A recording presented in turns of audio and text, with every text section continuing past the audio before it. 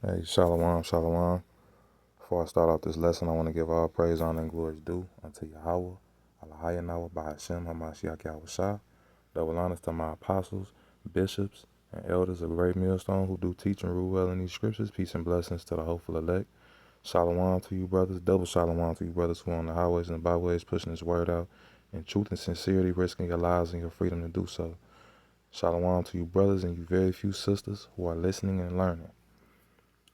Today, man, I was watching one of the elder brother Amawan Gabar. His channel on YouTube is GMS Awakening 144. The elder brother goes into these. He does these daily shorts where he puts out certain scriptures, and he'll speak for a brief moment. A quick exhortation. The water to the brother for that. Call Lord Yahweh Bashim Yahweh. But the brother was going into how we should be constantly crying for help. And I want to pull, some precepts and land back off of the brother's, daily video. You know what I'm saying? This is Psalms 86:3.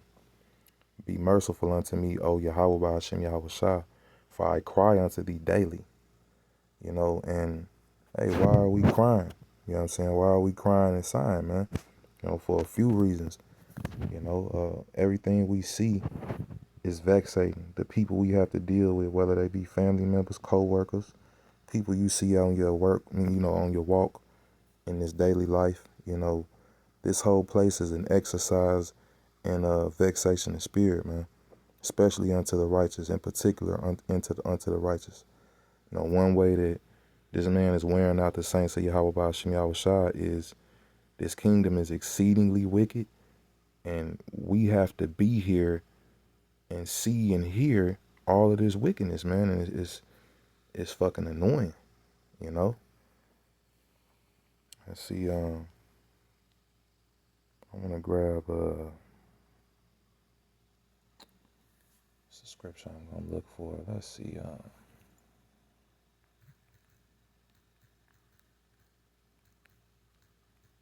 this place is sick, man, and let's see, hey, brothers are ready to get the fuck up out of here, keeping it short and simple, brothers are ready to get the hell up out of here, man, out of these bodies, you know what I'm saying, out of this, this captivity where the large majority of our people have lost their minds.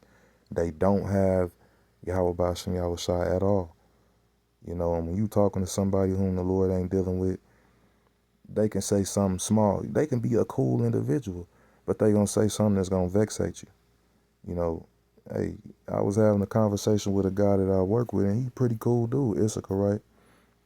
Kind of was raised around Jake though. And we was talking about, feeding our kids and how we like to cook meals for them instead of feeding them all this bullshit. And, Jake holler out, yeah, man, some good old pork chops. I was like, damn. I just looked at him like, here we go. You know what I'm saying? And I'm not into trying to bring everybody into this truth because and work is definitely not a place that you want to be trying to do that. You know what I'm saying? If the Lord put the spirit on me to say something, of course I would. But, hey, man, you be talking to somebody that you actually think is pretty cool, even though they in the world, and they'll still say something that'll piss you off. Like, man, But anyway, this is 2 Peter chapter 2 and verse 8. For that righteous man dwelling among them in seeing and hearing vexed his righteous soul from day to day with their lawful deeds, with their unlawful deeds. So, this is going into Lot and how he was vexed with the filthy conversation of the wicked, and hey, that's pretty much us, man. Yep, I really should have started at verse 7. So let me this is 2 Peter chapter 2 and verse 7. And deliver just Lot vexed with the filthy conversation of the wicked. Hey, Lot was vexed living in Sodom and Gomorrah, and we're living in Sodom and Gomorrah 2.0, and we're even more vexed. This place will piss you the fuck off, man. And dealing with these women, the number one reason why when you talk to a woman about salvation, especially the Israelite woman, yeah, they the only ones that can perceive salvation. When you talk to the Israelite woman about salvation, most of them, they don't want to hear, um, yeah, man, the Israelite man is going to be put back over you. You're going to be, in order, and you're not going to be able to do what you want to do. Hey, this is Eve's kingdom too. Because in no other place on earth can a woman do what the fuck she wants to do without severe consequences. Only here in America is that allowed to happen. You know, like Esau allows these wicked ass women to get abroad, and it keeps a certain level of affliction hot upon the Israelite man. Because if we can't control our women, we can't. It's only so much we can do. You look at the state of a nation's women, and that'll show you the state of that nation. Which the curses are being put on the Esau Edom's woman. And it's being put on the Edomites in general. Their women are the new bed wench. But I'm going to go ahead and stick to the point. I'm going to read verse 8 one more time. For that righteous man dwelling among them, in seeing and hearing, vexed his righteous soul from day to day with their unlawful deeds. And what does this in turn make the elect do? I didn't want to draw this out, but I do want it to be edifying. This is Ezekiel chapter 9. We're going to go start at verse 4. And Yahweh said unto him, Go through the midst of the city, through the midst of Jerusalem. Jerusalem is a people before it's a place. And set a mark upon the foreheads of the men that sigh and that cry for all the abominations that be done in the midst thereof. Hey, we doing the same thing that Lot was doing. Sighing and crying, man, for the bullshit we have to see on a day-to-day. Esau's unrighteous decrees that allow a society to go in the direction that it's going in right now. This place is exceedingly wicked. And set a mark upon the foreheads of the men that sigh and that cry for all the abominations that be done in the midst thereof. And to the others he said in mine hearing, Go ye after him through the city and smite. Let not your eyes spare, neither have ye pity. Slay utterly old and young, both maids and little children and women. But come not near any man upon whom is the mark. And begin in my sanctuary. Then they begin at the ancient men which were before the house. So the Lord gonna start with you wicked ass Israelites that know you're Israelites. Hey, and rightfully so. You got a lot of guys that know that they're Israelites and even have a congregation, and they're further misleading, their congregation into a ditch. But the point that I'm trying to make here is the men of Yahweh Basham Yahushua are sighing and crying, and the Lord's going to mark the men that are sighing and crying. If you're not sighing and crying, hey, the Lord ain't dealing with you. If you're not vexed, you know what I'm saying? Yahweh Basham Yahushua, like, what's wrong with this nigga? Do he like it there? Which most of you jakes do. You trust in oppression and stay thereon. I believe that's Isaiah the 30th chapter. But the men of Yahweh Basham Yahushua, man, we're sighing and crying. We're in the house of mourning. We're ready to get the hell out of here, man. And not only that, we literally are seeing this place circle the drain. We don't want to die here. We want to be received and adopted back in as being a son of Yahweh Basham Yahushua. That's what we waiting on, man. We're hoping, and we're prisoners of hope. We're hoping that we get delivered from all the said perils, from the destruction, etc., etc.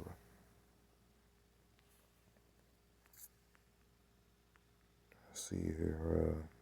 This is Isaiah chapter 51 and verse 14. The captive, Salakia, the captive exile hasteneth that he may be loosed, and that he should not die in the pit, nor that his bread should fail. And when the Lord does deliver the elect, what are they going to be loosed from? From these bodies, man. We're hoping that, we're delivered, beamed up on the chariot, and that, we'll have that honor of being with Yahushua, man, being chosen and crowned by him, you know.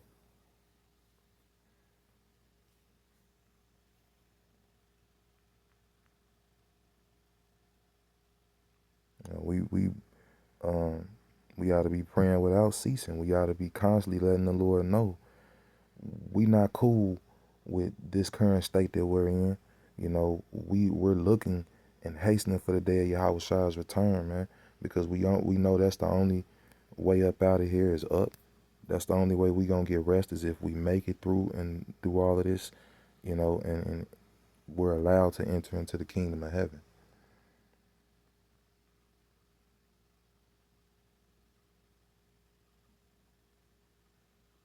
This is Romans chapter 8 and verse 20. For the creature was made subject to vanity, not willingly, but by reason of him who have subjected the same in hope. All we have is hope, you know. That's all we have, and we're prisoners of hope. Because the creature itself also shall be delivered from the bondage of corruption. Hey, our bodies are going to be changed because these bodies are corruptible. Now, the scriptures tell you that corruption shall not inherit incorruption, you know. Meaning, you know, for the as far as the elect are concerned, these bodies aren't going to go with them. They're going to be changed, and that change comes with deliverance and you know, a whole lot of freedom, rest, you know, dominion. You know what I'm saying? You know, we got to get the hell out of these bodies, man. These bodies are weak.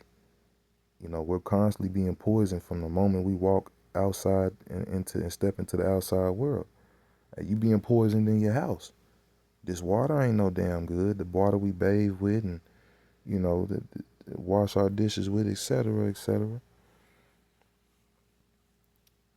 Because the creature itself also shall be delivered from from the bondage of corruption, into the glorious liberty of the children of Yahweh Ba'ashem Yahushua.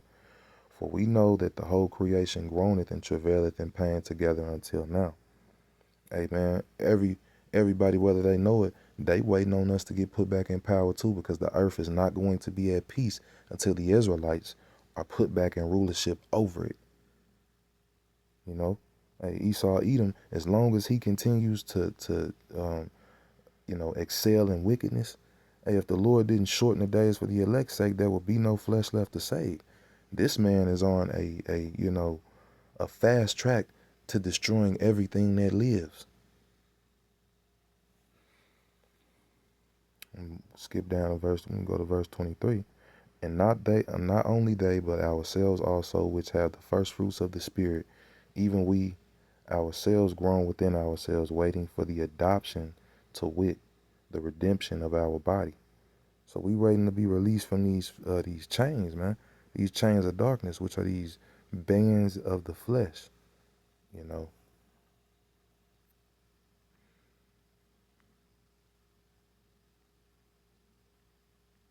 This is Luke chapter 18 and verse 7.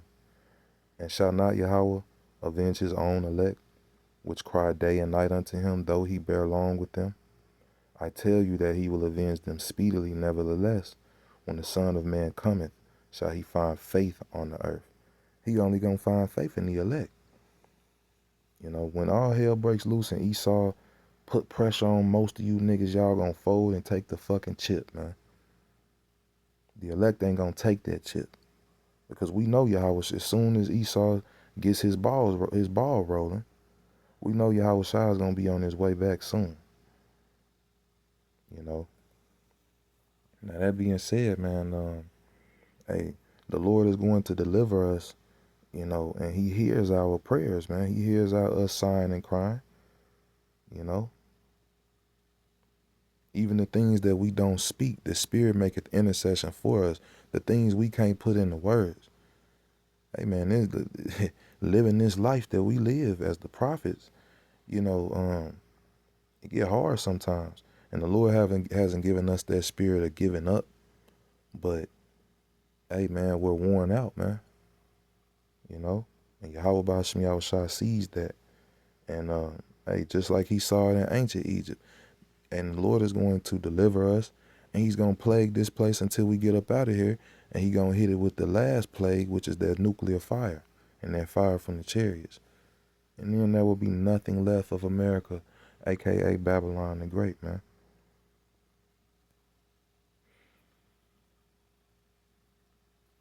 You know, we prisoners of hope. All we have is hope. You know, you niggas in the world, cause you're in the world. If you're a Christian running around here, yeah, I done been saved. You ain't nobody saved yet. And to be honest, until we get to the very end, we pretty much all undecided. None of us know that we're gonna make it. We have faith that we are, and we do try and make our call in an election, sure. But we moving and living off hope. We don't know if we done made it yet, man.